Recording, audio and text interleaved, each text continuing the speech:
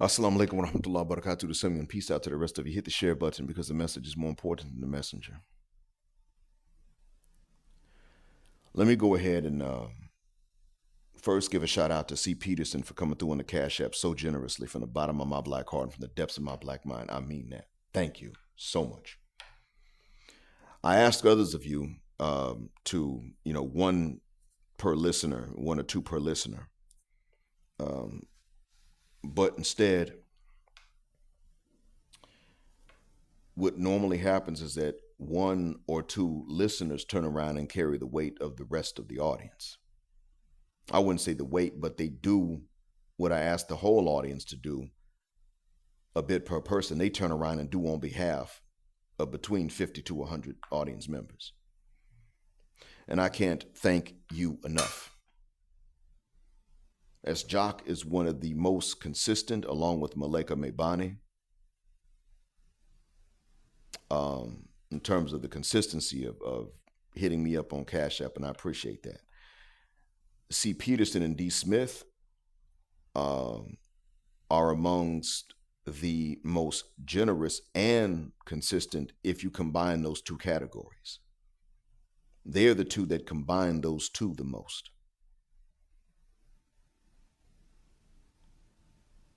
And I really do appreciate that. See, Peterson, you came through this time in a way you did not have to, in a way no one does. Nobody has to send anything to me, but you came along on behalf of many other audience members. And I really hope to earn this one day.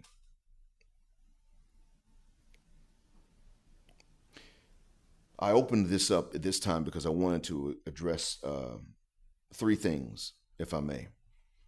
One is about privacy, again, and your identity. The other one is about this nationality war. And the other one is about, it's about misogyny and why it is that we don't talk about that in the black manosphere.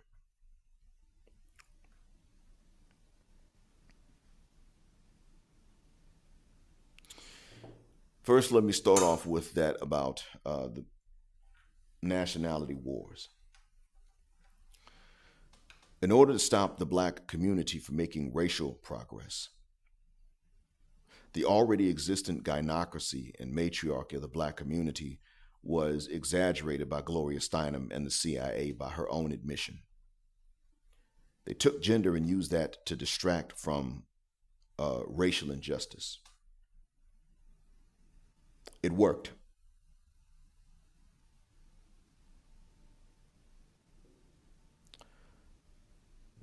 Now you have people deciding to come along and take nationality within the race in order to distract us from dealing effectively with the gender war that itself was a distraction from making racial progress. And what I'm going to tell you is at this time, the sisters ain't even falling for that stuff, hook, line, and sinker. Sisters ain't falling for it. But the worst of them are trying to tell you to do it.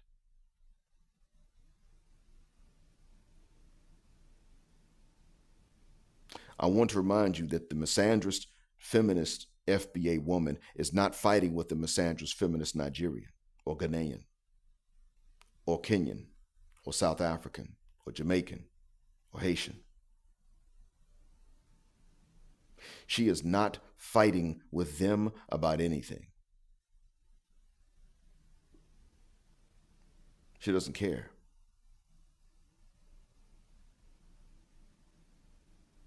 She actually does care that she turns them into the same misandrist feminist she is. And if they already are, then great. Then they'll both cooperate to try to turn more Ghanaians, Nigerians, Kenyans, South Africans, Cape Verdeans, Jamaicans, Haitians, Bajans, Black Brasileiras into misandrist feminists.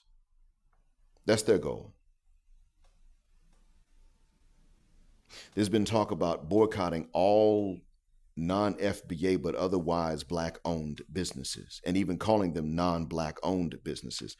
And I reject this notion for this reason. It is necessary to boycott all Sambo sellouts if you can discover them. That is.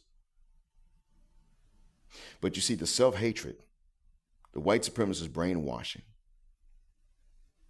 to which the whole world has been subjected is not something to which black Americans have been immune. It is not something to which Haitians or Jamaicans or continental Africans of any nationality have been immune. Hair wigs are sold wherever there are black women. Weaves are sold wherever there are black women and non-black women. Skin bleaching is sold wherever there are women that aren't white. All of these things are sold wherever you have women that are not white. They're all there. That's where you find them.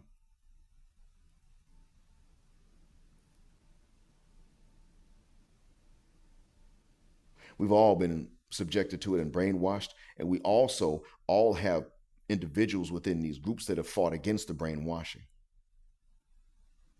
It was when a Jamaican, Marcus Garvey, and black Americans of like mind cooperated with each other that you had Garvey's movement. You didn't have one without the other.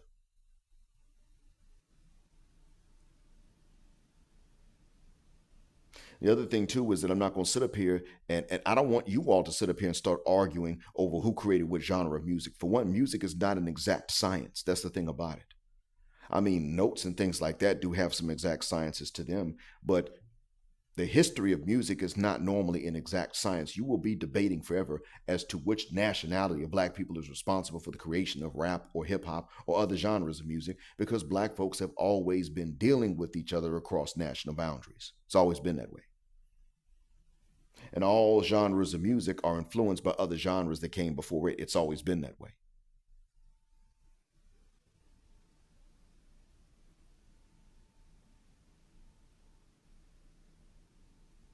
And music is not liberation. It's always been that way as well. So what are we debating about, dummy?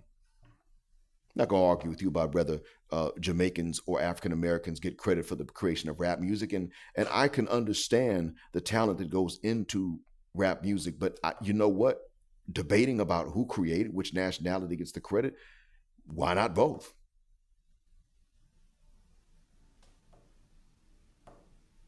If they can bring evidence that a Jamaican was involved and he was in the United States, and we can bring evidence that FBA were involved in this, then why not give both the credit?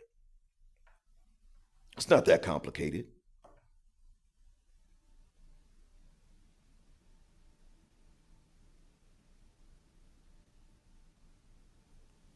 And we're going to argue about genres of music, and both of us are not completely liberated from white supremacy's effects yet. I'm not arguing about stuff, dumb stuff like that.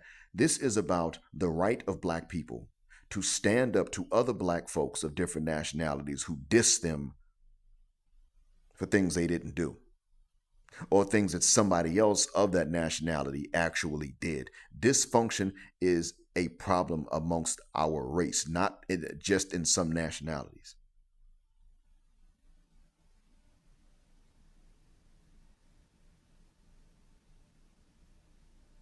That's an issue with us across the board.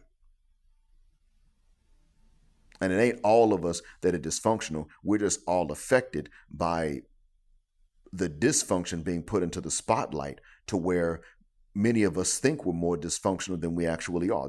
Whether you are Jamaican or Jamaican American, Haitian or Haitian American, or just FBA, or if you are a continental African, be you of one citizenship or multiple citizenships, that's what the wuck it is. That's real. The next thing I want to talk to you knuckleheads about is this, regarding the nationality wars. Again, you got to look at who benefits, cui bono, right? Who benefits? The men of any nationality don't benefit. The misandrous feminists do. And their white supremacist lords and masters do benefit from this. We need boycotts, but we need boycotts of Sambo sellouts, not boycotts of black nationalities, categorically speaking. Those aren't the boycotts we need. Black businesses, regardless of the nationalities of their owners, are generally boycotted anyway, de facto. That's normally what winds up being the case.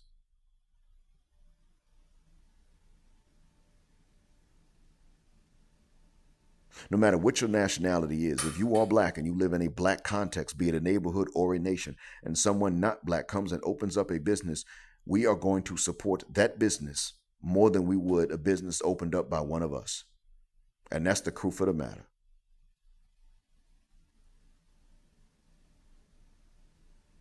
If you were in Jamaica and a non black person comes in and opens up that business, you are not going to go in there asking for the hookup. But if a black person owns that business, you're going to go in there trying to get the hookup all the time, whether you were in Jamaica or whether you were in the hood in Baltimore. It doesn't make a difference. And we're not the only group of people that does that. Don't get it twisted.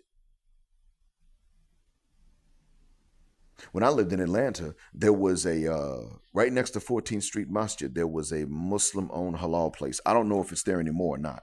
I don't go to Atlanta anymore. But there was one in the early 2000s. It was owned by a Lebanese guy who had himself been married to a Mississippi sister. He got an African American brother to run the cash register and act like he was the owner or the manager because the Arabs were coming in. Not even just Lebanese, but Arabs in general, no matter what the nationality, were coming in the name of Pan-Arabism, were trying to get discounts or free food. I wish I could make that up. So it took the African American to stop the Arabs from trying to do this stuff. But then brothers tried that with the African American, but not that much.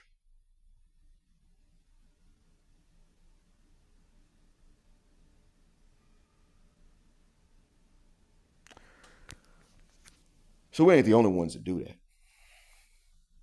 We just think we are. And we are the ones who do this to an extent that a business owned by one of us would promptly fail. We are that group of people.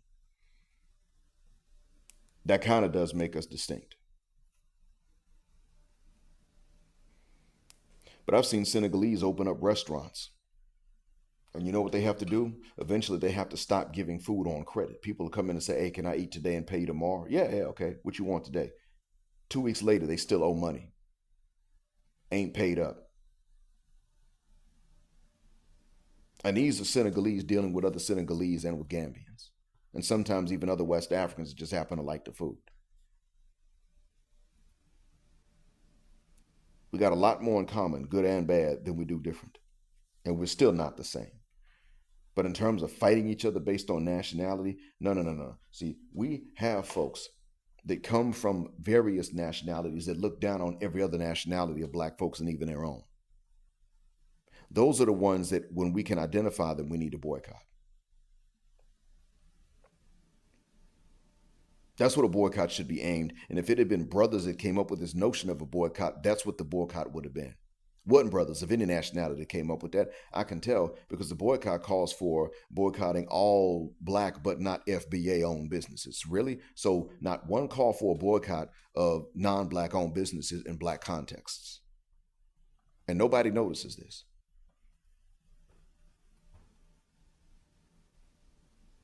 That's the issue with the black nationality wars. It's going to let all these non-black folk off the hook. And I done seen some brothers who really get caught up in this cultist gangbang and start talking like, well, the white American is actually the one that understands me the most out of all people on the planet. No, the hell he's not. Don't lose sight of who he is, what he is.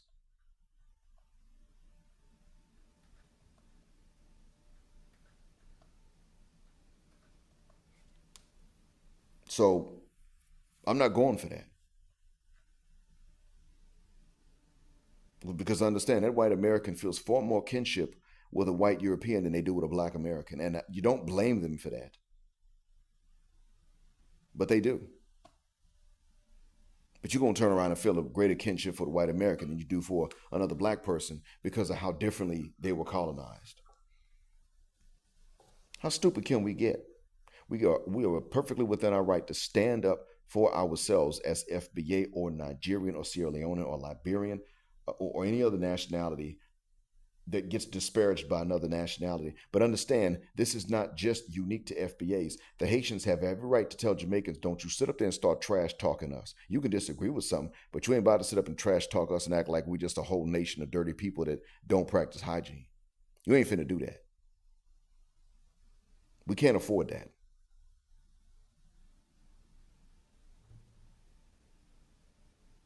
It also goes for the Jamaicans when they are characterized and stereotyped by other nationalities as being aggressive for no reason. A Jamaican that's not that way has every right to turn around and tell the other islanders, do not stereotype us this way. You don't see me out here acting like that.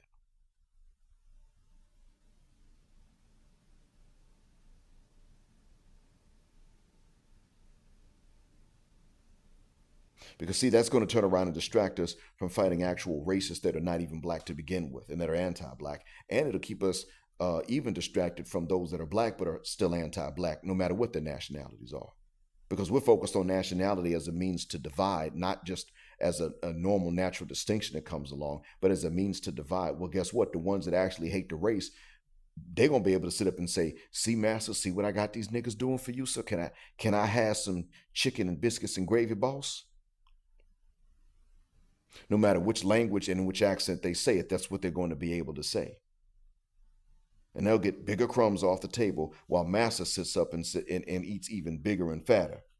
Because every time they come with a distraction, there's something from which they're trying to distract us.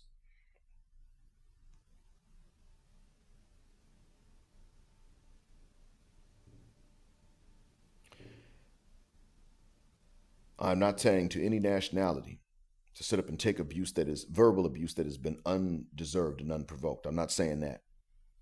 What I am saying is that we handle this conflict like an internal family conflict. If you ain't black, butt the uck out of our business. We will talk about this ourselves. You fuck the shuck up and stay over there. Unless you got a confession or some evidence that is just clearly important and necessary to the outcome of our debate, you sit your butt down over there. If you cannot prove that somebody is outright lying right now, fuck the shuck up. Stay your non-black ass over there. If we're having a debate, whose business is that? What business is it of yours if you sit up here and you ain't black or you say that you're not? That's how we handle this. Not the way that we've been doing it. Or we start turning around and we're going to be cooperative with all these white folk. And then turn around and be uncooperative and mean and hostile and assuming the worst when it comes down to other people within the same race. Who the fuck does that? Well, no race is really completely unified. But in terms of intentionally being divided just for the sake of being divided, that's only us. See, I'm going to tell you now, they got people that are very religious, Christian or Muslim, and they think they're anti-racist. But the one thing that does make them nervous is when black folks that are different from each other start slapping hands, talking and comparing notes. That bothers the hell out of them. And these are religious folk that think they're anti-racist.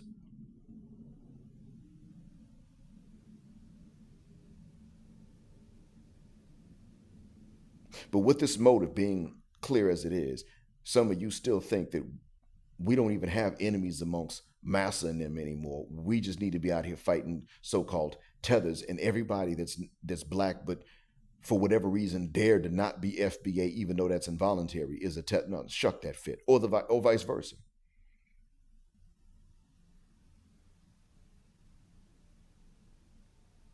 Now, some say, well, wait a minute. You don't let non-blacks off the hook for their anti-blackness. Why are you going to let some black folks off the hook for being anti-FBA? I'm not. What I'm telling you, though, is that the two of them, even then, are not the same, and here's why. The Mexican community follows its elders. The majority of its elders are anti-black. So, no, I'm not okay with that particular community, so to speak. Even though I take every individual as an individual, I also understand that collectively speaking, they are going to follow the elders who are majority anti-black. Same with the Indian community. When it comes down to other black nationalities and they have communities in the states, their elders are not majority anti-black or anti-FBA. You're going to debate with me on this, but I've hung around them a lot of times in Atlanta. And their elders don't even have these discussions about how to hold back the FBA so that they can get ahead and get closer to white folks. They don't have discussions like that. That's why it's altogether different.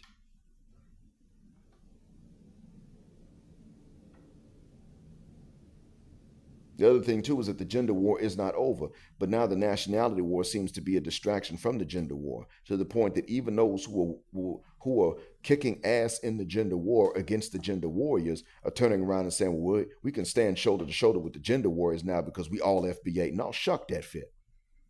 I'm not fighting against my cousin from Angola because he's from Angola or from the Congo or from Namibia on behalf of some hyena monkey bitch that hates both of us because we're black men. And she's siding with the white supremacists. By me scrapping with this guy over here, that ain't gonna do nothing but make the white supremacists happy, and by extension, make the hyena monkey bitch happy who don't want nothing but a zaddy anyway.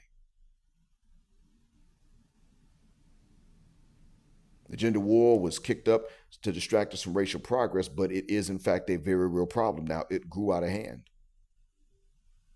And you want me to turn around and now be distracted from this real problem again by another distraction that's intended just for that purpose? How dumb would I have to be? That which is now a real problem started off as a distraction from another real problem. And now that men are beginning to make headway in terms of that, black men are beginning to make headway in terms of that, they want to turn around and introduce some nationality wars. Fit all the way to guck out my face with that sure bit. Our fight is those of us that are fair and egalitarian against Sambo sellouts who side with the oppressors, regardless of nationality. Just understand that nationality is something that the Sambos and the sellouts will use to divide. It doesn't mean you let them divide you based on that. They take distinctions and turn them into divisions. That's the old divide and conquer trick. What is your goal and my goal? And what is our role? Our role is to allow the distinctions to be distinctions, to not let someone else turn them into unnecessary and unaffordable divisions when we already have a clear enemy, again, from whom we're being distracted by these unnecessary divisions. That's all I'm going to say about these nationality wars. Remember that I've said that before. That misandrist that is from southern Nigeria has no problem with the misandrist that is from Kenya or with the misandrist from South Africa or the FBA misandrist. While they're telling us that we shouldn't trust each other as men, they're sitting up in the same hair salons comparing notes on how to manipulate us. Keep that in mind. Next, I'm going to talk about privacy.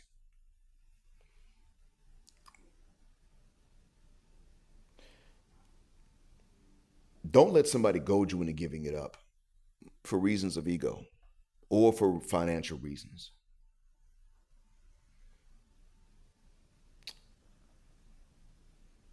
If your name is if your name or face already out there, you can't take them back. But if you've chosen to create content without your name or your face being out there, keep that private, because not only are you protecting your privacy, but you're protecting, like I'm doing, the privacy of those whom you love. And you are also protecting your heart from the motive of pride. Bilal of the features, may Allah preserve him, rarely comes live. Now he puts his face on there, his first name, but he rarely goes live. And he stated that he rarely goes live because he's protecting himself from pride. This way, pride does not become a motive of his, even on a subconscious level, and therefore his message does not get compromised by pride or profit.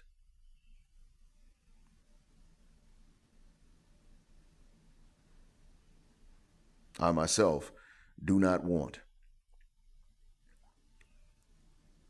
my name or my face to be out there. Not only does it compromise the privacy of my loved ones, in addition to my own privacy, but it opens me up to the temptation of pride. And that's something that could win without you even realizing it. So this can't be about ego. I could tell you something that is wrong, but if I do tell you something that's wrong, you will know that it is an honest mistake.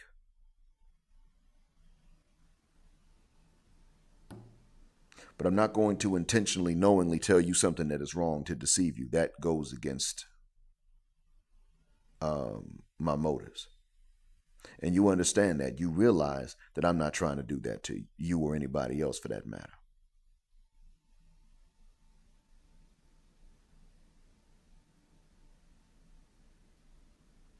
I'm not saying what I'm saying because I got to walk to the grocery store later and I don't want to be recognized as the guy that said something that's very unpopular. No. And not only that, but I can walk to the grocery store and I'm not recognized as the guy that said all of these things that's very popular.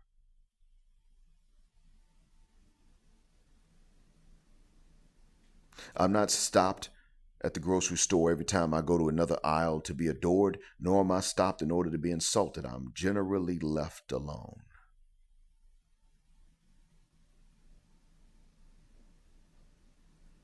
Sometimes in airports, I'm recognized by voice. And I will say this, I came across many BMPTs when I went between my trip to Bali and to the United States. Came across a few of them, more than I expected. A lot of brothers of various religious affiliations are saying we're dipping out the States. We might spend a few months there to visit the people that we know, but we're dipping out. We ain't going back. Not to live, not permanently. God bless them. I get it.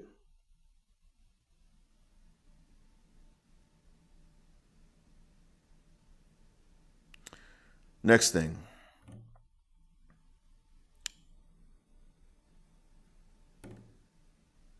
And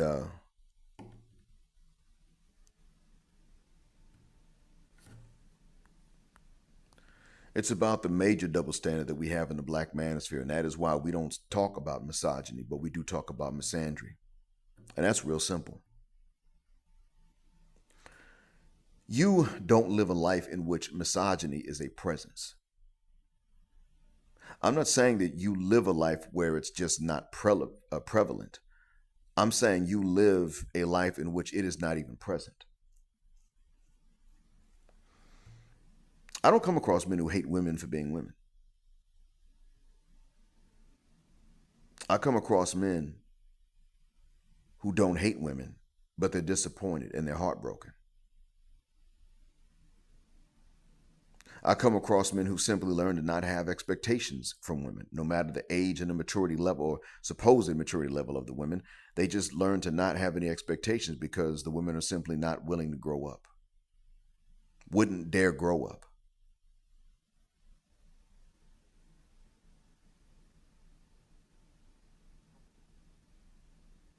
I am dealing with men that have various conclusions in their lives that they have drawn about women, but I do not come across men that are actually just misogynists. They don't have a problem with women being women. They have a problem with women not governing the lower parts of their nature and then demanding that men do exactly that.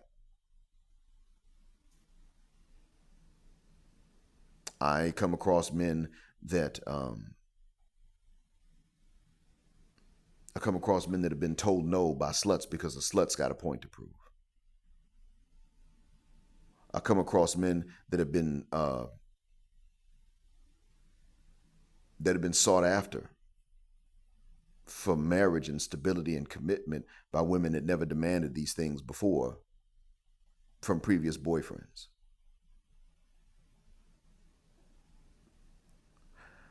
I come across men who have been raised by misandrists. I've dealt with misandry myself, and not nearly as much as a lot of you brothers have had to deal with misandry. But we've all had to deal with it, remotely and up close. Most of the time in my life, it was remote, it was not up close, and it wasn't that severe, but I began to, except for one thing, I had to deal with brothers who had to deal with it up close and frequently, And that is where I had to deal with it up close and frequently. That's where I had to actually see and witness the results of it. When women hold other women accountable, the other women turn around and say that they have internalized misogyny, and they become pygmies. But I've seen these ma'am dingoes and gynocrat goons and simps, and they have internalized misandry.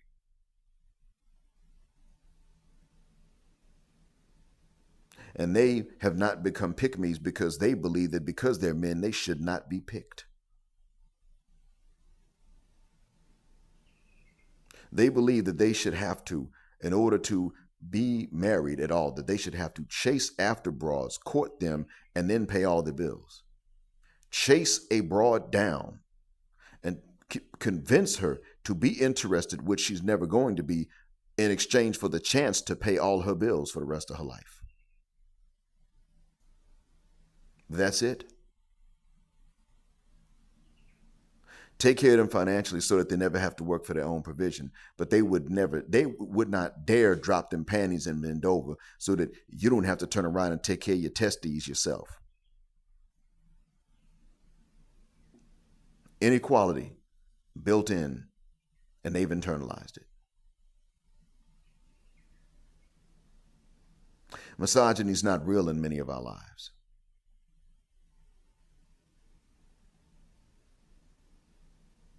It's not just something that's not there and staring you in the face all the time. It is something that is absent from many of your lives. You don't come across it. You don't know misogynist. You don't know examples of misogyny in contemporary times. We hear the misandry, though. We deal with it. It's built in. Women that won't be misandrous are castigated and vilified by other women. And that is why it is that I talk about that and I don't talk about the other one.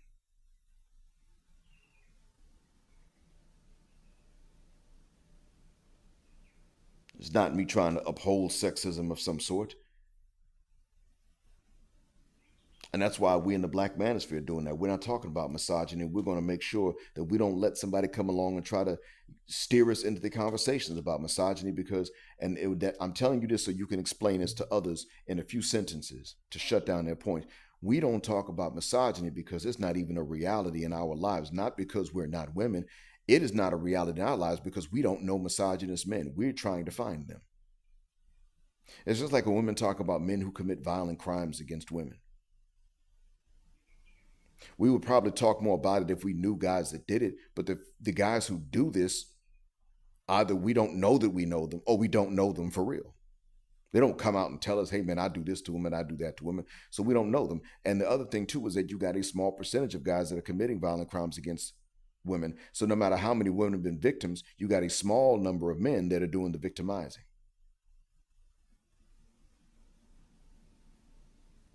So when a woman gets robbed by a man at an ATM, mugged, you catch that particular mugger, you have saved a bunch of other ladies from being mugged at different ATMs.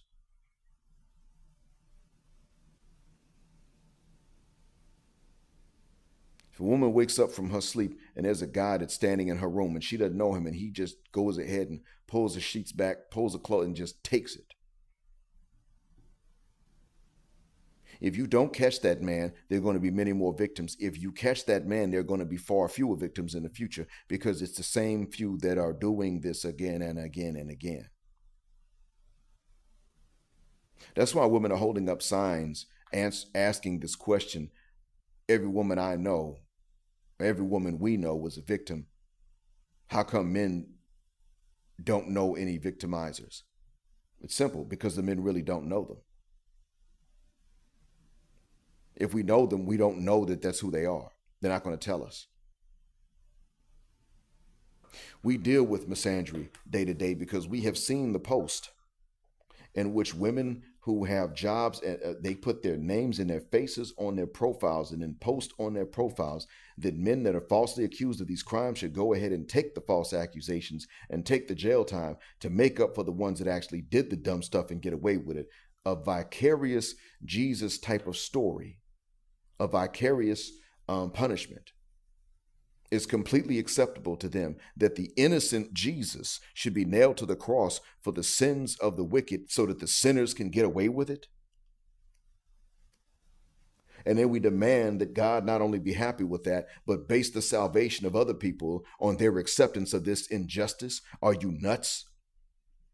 That's what these ladies are trying. Some of these ladies are trying to come or push across the table. And so we men are sitting up and we're looking at, we can see these posts, we can see their names, we can see their faces, and they don't lose their jobs for this. We deal with misandry daily or weekly. I mostly have to hear about it through you guys. I don't deal with a whole lot of that here.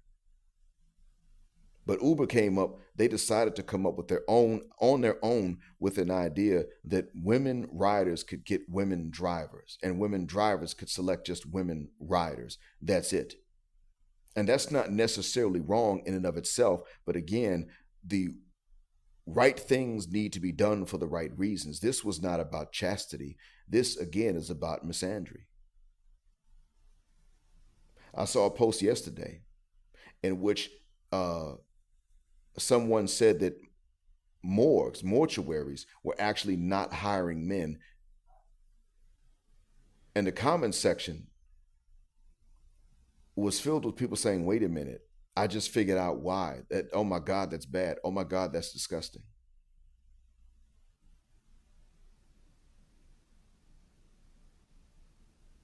Here's the kicker though. How many guys do you really think can do that? Necrophilia, how many guys do you think really could rock the morgue table with a cadaver?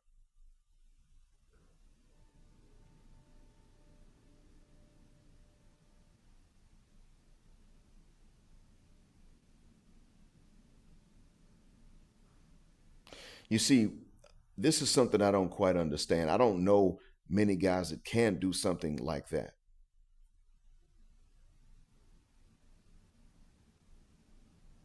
But I know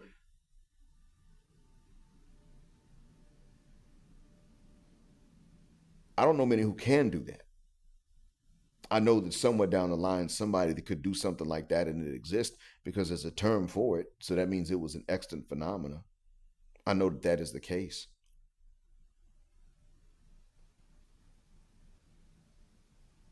But for morgues to have, or some morgues to have a blanket practice of simply not hiring men because of the prevalence of this is something I would have never thought was a thing.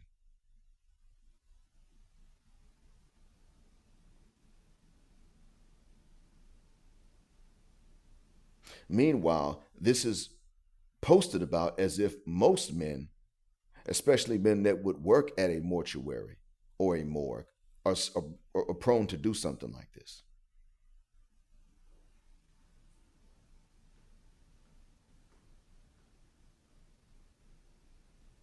So, because of what a few guys even could bring themselves to do, men who get a mortuary license now can't practice their craft. At certain mortuaries and funeral homes, now they can't.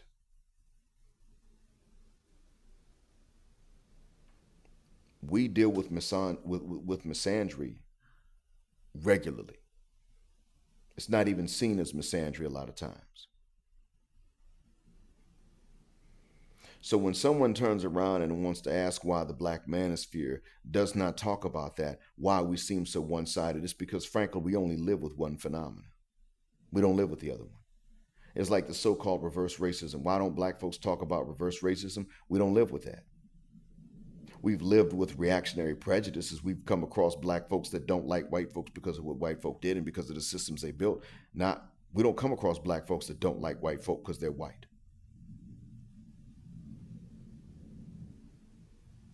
If we did, we would never know because they don't get a chance to make decisions that actually make it more expensive and less profitable to be white. Same thing when it comes down to sexism. We don't come across men that are actually willing to hold women back for being women. That's not something a man could sit up and say anyway and get away with it. We come across situations in which women will tell you that they're going to shut men out of the very things they want men to have because they're men.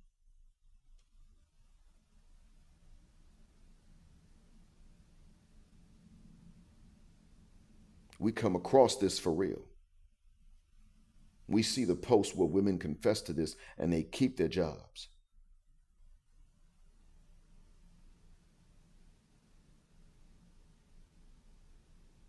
So, yeah, we're going to have to start talking about these things. And we're going to have to think ahead of what we're going to tell people. That's why it is that I take new vocabulary where I can get it. That's why it is that I look at Joey Staley and I thank Joey Staley for that term pink wall of silence. And I even add to that the pink wall of secrecy. That's why I came up with the cider man that Razor Blackenborough explained to you yesterday in the narration.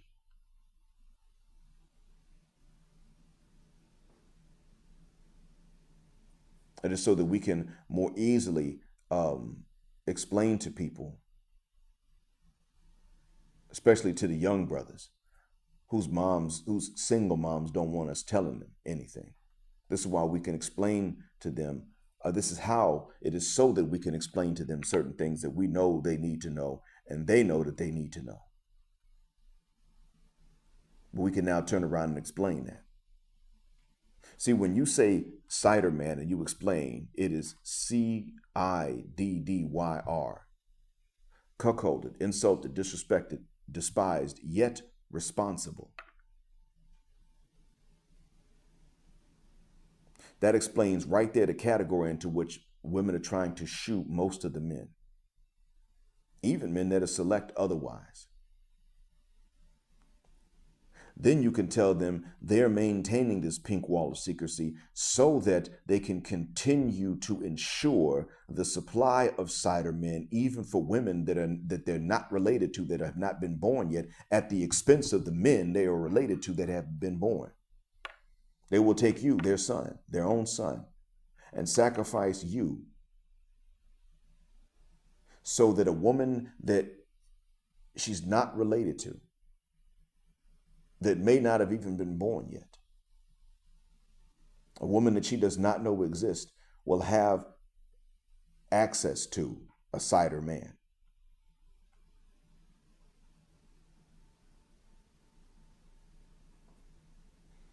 That's everything. That's why I come with the new vocabulary. These explanations are necessary.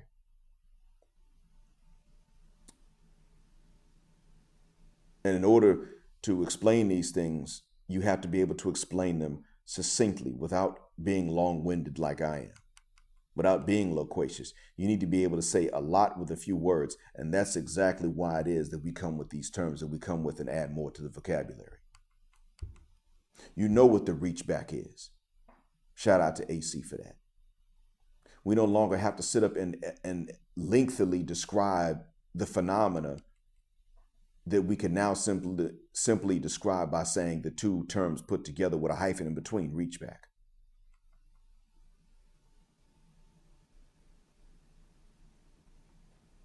Now we don't have to talk about the phenomena in which a woman has allowed the select men to use her and decrease her value.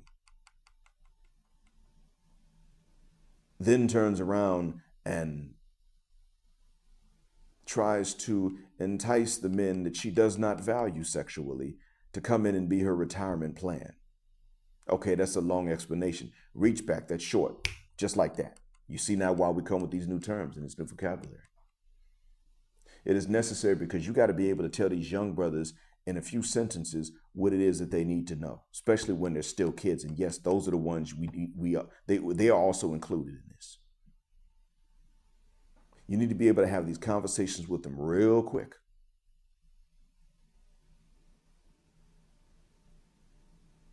so that their moms don't have time to step in and stop you. That's important. I hope that what I've said is a benefit, and thank you for listening and being patient with me on this 45-minute long Jet Black Air flight.